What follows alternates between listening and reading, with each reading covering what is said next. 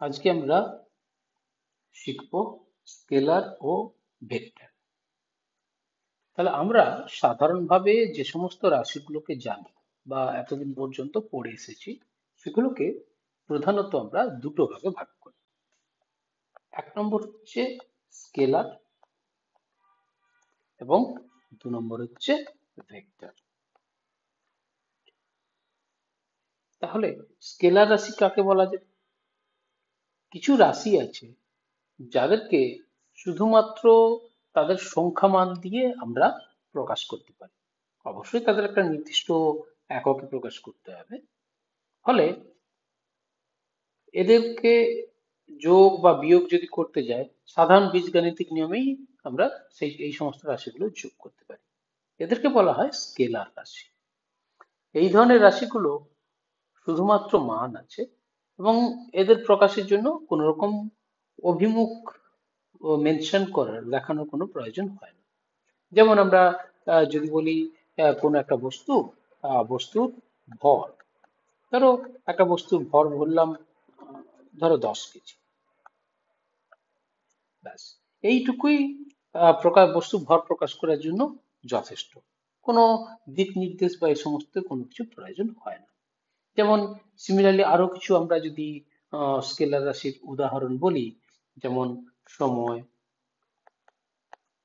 আয়তন, শক্তি, ঘনত্ব, এগুলো সব স্কেলার রাশি। এই সমস্ত রাশিদের বোঝানোর জন্য কোনরূপ অভিমুখের প্রয়োজন হয় না। আবার বেশ কিছু ভৌত রাশি আছে যাদেরকে প্রকাশ করতে গেলে তাদের মান ছাড়াও একটা অভিমুখ নির্দেশ করতে হয়।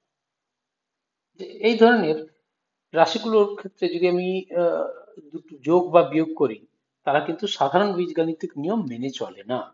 এদের যে যোগ বা বিয়োগের জন্য বিশেষ ধরনের নিয়ম আছে।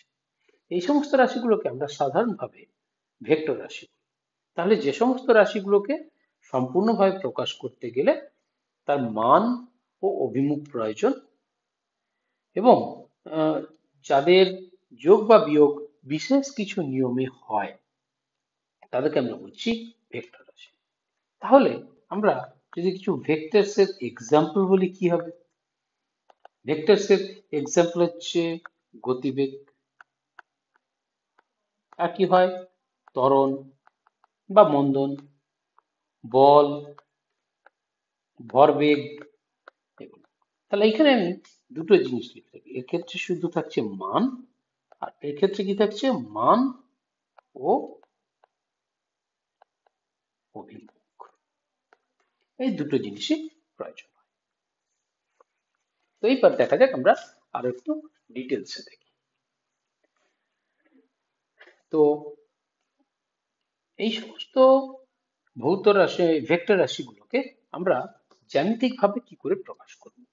সাধারণভাবে কোনো ভেক্টরকে প্রকাশ করতে গেলে একটা সরল রেখা এবং আমরা তার মাথায় একটা অ্যারো দিই, জাস্ট এইভাবে এইভাবে একটা সরল রেখা দিলাম, ধরো এ বি।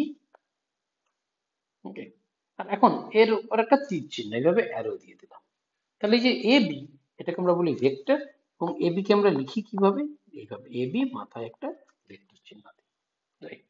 তাহলে এখন এই যে এ বি, এই যে এ পয়েন্টটাকে আমরা কি বলি? ইনিশিয়াল পয়েন্ট বা আদি বিন্দু বলে থাকি।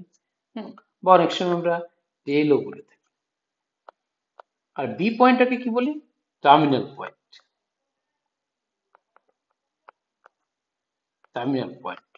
বা আমরা হেডও বলে থাকি।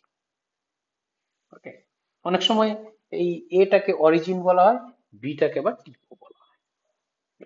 তো সাধারণভাবে এইভাবে ভেক্টরকে প্রকাশ করা হয়।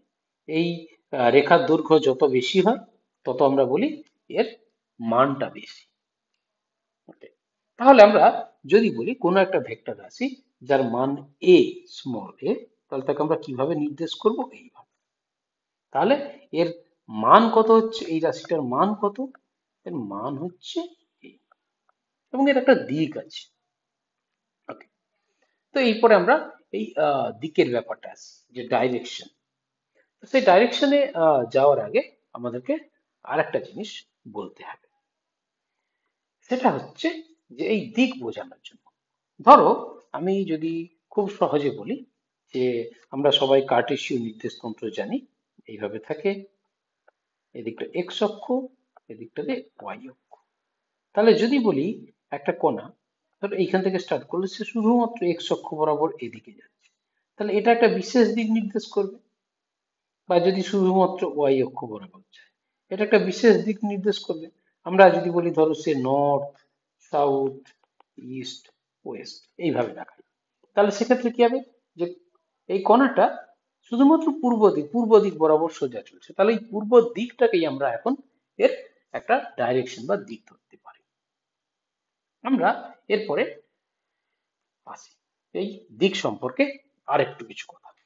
তাহলে এখন আমরা যদি বলি ধরো কোনো একটা ভেক্টর ই, এই এ ভেক্টরকে আমরা ওর মান দিয়ে ভাগ করে দেবো, তাহলে কি থাকবে, যে রেজাল্ট যেটা পাবো সেটার ম্যাগনিটিউডটা কি হবে, এক, কিন্তু ওর একটা নির্দিষ্ট দিককে নির্দেশ করবে, তাই? তাহলে এইটাকে আমরা কি বলবো, একক ভেক্টর, বা আমরা বলছি ইউনিট ভেক্টর। সাধারণভাবে এরকম মাথায় ক্যাপ দিয়ে এটাকে রিপ্রেজেন্ট করা হয়। তাহলে কিরকম ভাবে আমরা যদি ত্রিমাত্রিক নির্দেশতন্ত্র ধরি, ধরো এদিকটা এক্স, এদিকটা ওয়াই, এদিকটা জেড, তাহলে এক্স এর দিকে ইউনিট ভেক্টরটাকে আমরা সাধারণভাবে আই ক্যাপ দিয়ে লিখি, ওয়াই এর দিকে ইউনিট ভেক্টরটাকে জে ক্যাপ দিয়ে লেখা হয়, আর জেড এর দিকে ইউনিট ভেক্টরটাকে কে ক্যাপ দিয়ে লেখা হয়। ওকে, এরপরে আমরা দেখব যে সমান ভেক্টর বা ইকুয়াল ভেক্টর।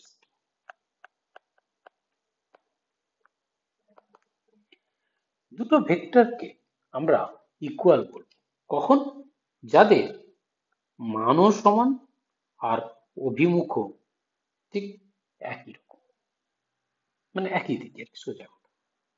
এই আমি যদি এখানে দুটো ভেক্টর ধরি, সে পি কিউ আর আর এস, তাহলে this P Q equal to R S, এটা ইকুয়াল ভেক্টর।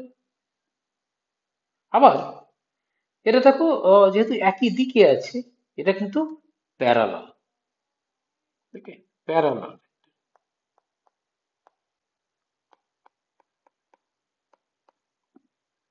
আবার যদি এই একইভাবে দুটো ভেক্টর একটা এই বরাবর থাকে, এখন ধরো আর এস ভেক্টরটা ঠিক এইরকম, মানে কি থাকছে, এদের মান একই কিন্তু অভিমুখ আলাদা আলাদা। এদেরকে আমরা তখন কি বলবো,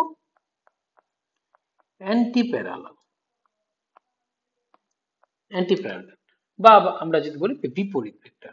তাহলে এক্ষেত্রে আমরা কি লিখবো, যে আর এস ভেক্টরটা কিন্তু আমরা এখন এই ভেক্টরটাকে রিপ্রেজেন্ট করবো এস আর, ওকে, মানে সবসময় নামটা এইভাবে হবে যে আদি বিন্দু থেকে শুরু হবে, শেষ বিন্দুতে শেষ হবে। তো এ তো গেল।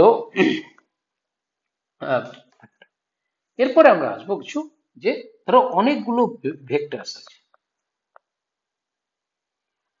যে সেই ভেক্টরগুলো একই তলে অবস্থিত, তাদেরকে আমরা বলবো কোপ্লেনার ভেক্টরস,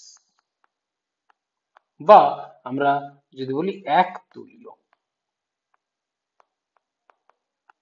একতলীয় ভেক্টর, মানে যে সমস্ত ভেক্টর একই সমতলে, মানে ধরো এটাও হতে পারে তারা যে প্যারালাল বা অ্যান্টি প্যারালাল হবে এরকম কোনো কন্ডিশন, যেমন আমরা যদি ধরো এই তিনটে ভেক্টর ধরি বা এই চারটে ভেক্টর ধরি, এটা দেখো সবগুলো কিন্তু আমার এই বোর্ডের প্লেনে আছে, তাহলে এগুলো হচ্ছে একতলীয় ভেক্টর।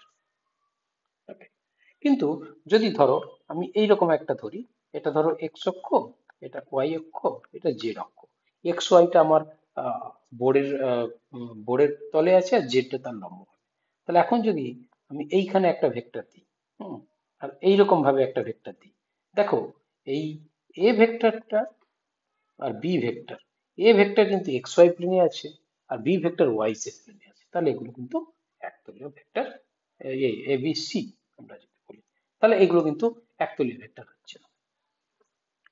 এরপরে এমন কি হতে পারে, ধরো কোনো একটা দুটো ভেক্টরের আমি বিয়োগ করলাম। ওকে, এমন দুটো ভেক্টর যাদের মান একই, তাহলে তাদের অবস্থা কি হবে, সেই বিয়োগফলের অবস্থা কি হবে? ধরো আমি একটা ভেক্টর নিলাম, সেখান থেকে ওই ভেক্টরকে বিয়োগ করলাম। তাহলে এখন রেজাল্ট আমরা কি লিখব? রেজাল্ট আমরা যে বীজগাণিতিক মান বলি শূন্য, কিন্তু আমরা যেহেতু দুটো ভেক্টর তো বিয়োগ লিখেছি, তাই এগুলো সাধারণভাবে একটা ভেক্টর দিয়ে রিপ্রেজেন্ট করা হয়। এটাকে বলা হয় নাল ভেক্টর বা জিরো ভেক্টর। ওকে, এরপরে আমরা ধরো কোনো একটা ভেক্টরকে কোনো একটা সংখ্যা দিয়ে রিয়েল নাম্বারস দিয়ে মাল্টিপ্লাই করব। ধরো কোনো একটা ভেক্টর আছে সে পি,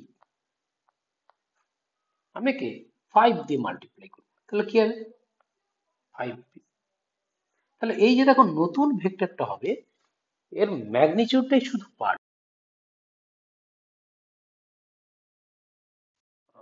অভিমুখের কোনো চেঞ্জ হচ্ছে না, তাই না? ফলে এই ভেক্টরগুলো সাধারণভাবে প্যারালাল হয়ে থাকে, মানে একই দিকেই থাকবে, কোনো উল্টো দিকে কোনো মানে অন্য অভিমুখে হবে না। এবার যদি আমি ধরো এটাকে -5 দিয়ে মাল্টিপ্লাই করি,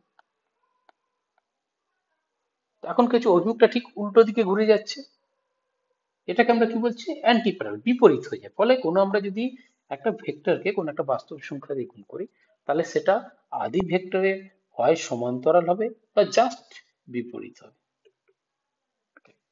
দেখা যাক, এরপরে আমরা পড়বো ভেক্টরের যোগ, অ্যাডিশন অফ ভেক্টরস। ওকে,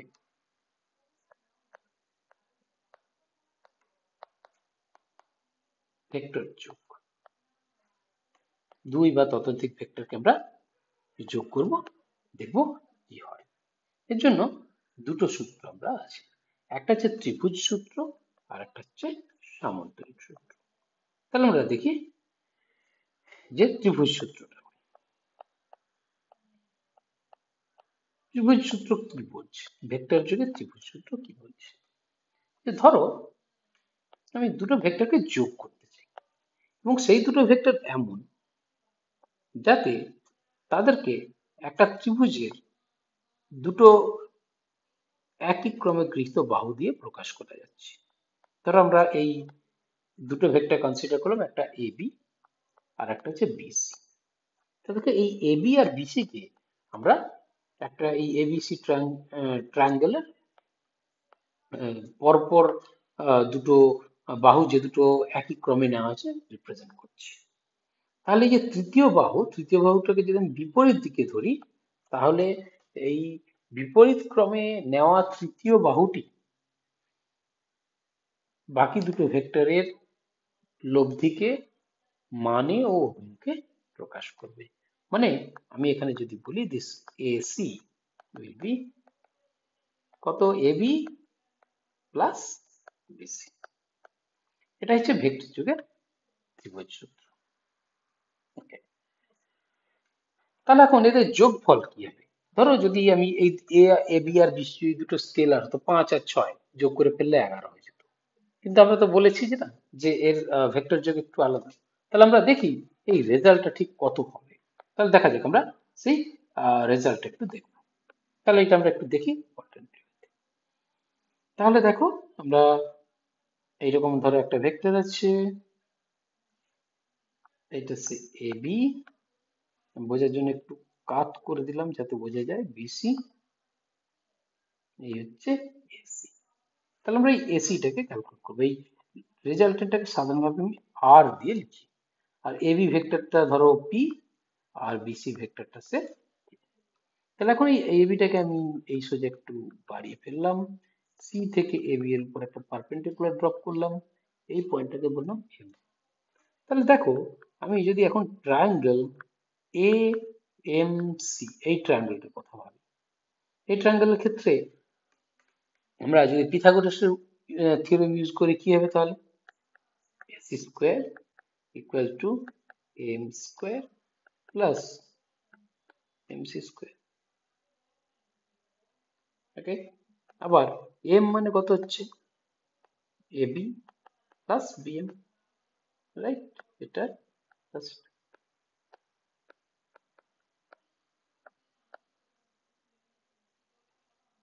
তাহলে এখানে কি দাঁড়াচ্ছে? ab square plus bm square plus 2ab into bm plus mc square.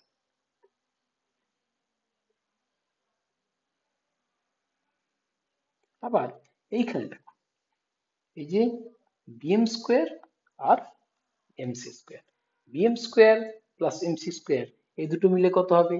bc square. এটাকে কি লিখবো? ab square plus bc square plus 2ab into এই bm টা দেখো, bm টা কত হচ্ছে? এই অ্যাঙ্গেলটা যদি থিটা হয়, মানে ab আর bc এই ভেক্টর দুটো, তাহলে bm টা কত হবে? bc cos theta, bc cos theta. তাহলে আমরা কি বলছো, এটা হচ্ছে এসি স্কোয়ার। তাহলে এসি ইকুয়াল টু কত? লব্ধি আর, এটা ছিল আর, এটা কত ছিল? এবি, পি, এটা কিউ। তাহলে আমরা কি লিখলাম? যে R square equal to P square plus Q square plus 2 P Q cos theta. তাহলে লব্ধির ম্যাগনিটিউডটাই যদি শুধু লিখি, শুধু লিখি P square plus Q square plus 2 P Q cos theta whole to the power half. Okay, আর একটা ইম্পর্টেন্ট জিনিস দেখবো কি, ওই অ্যাঙ্গেলটা। দেখো আমি এখানে আবার ছবিটা ড্র করছি। এই ছিল এ বি সি, এটা আর, পি, কিউ, এটা থিটা। ওকে, তাহলে এখন আমি যদি বলি এই অ্যাঙ্গেলটা সে আলফা, তাহলে দেখো ট্যান আলফা কত হবে? আমরা যদি বড় ট্রায়াঙ্গেলটা ধরি, triangle say A C M, tan alpha কি হবে? cm by am, which is cm by ab plus bm। তাহলে cm টা কত হবে দেখো। আবার যদি আমরা এই bmc ট্রায়াঙ্গেল দেখি, এই cm টা কি দাঁড়াবে? q sin theta.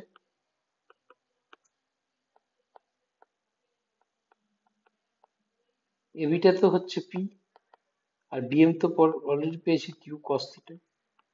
তাহলে আমরা এদের মধ্যে কোণও পেয়ে যেতে পারছি। ওকে, এরপরে দেখা যাক আমরা কিছু স্পেশাল কেস। কিরকম? নাম্বার ওয়ান, যদি থিটা ইকুয়াল টু 0 হয়, তাহলে সেক্ষেত্রে কি হবে? যে পি আর কিউ দুটো বেসিক্যালি প্যারালাল ভেক্টর। তাহলে cos 0 ইকুয়াল টু 1, তাহলে সেক্ষেত্রে দেখো আর ইকুয়াল টু কি হচ্ছে? P plus Q, right? আর এক্ষেত্রে উল্টোটা যদি অ্যান্টি প্যারালাল হয়, থিটা ইকুয়াল টু 180 ডিগ্রি হয়, তাহলে কি কত হচ্ছে? cos 180 মাইনাস 1, তাহলে সেক্ষেত্রে R equal to P minus Q. এটা জাস্ট ম্যাগনিটিউড, একই রকম। আর যদি থিটাটা 90 ডিগ্রি হয়, থিটা 90 ডিগ্রি হলে দেখো cos 90 0, তাহলে আর ইকুয়াল টু তখন কি দাঁড়াচ্ছে? Root P square plus Q square, right? তাহলে এই লব্ধির দেখো, এইটা হচ্ছে ম্যাক্সিমাম ভ্যালু দুটো ভেক্টরের লব্ধির, আর এইটা হচ্ছে মিনিমাম ভ্যালু।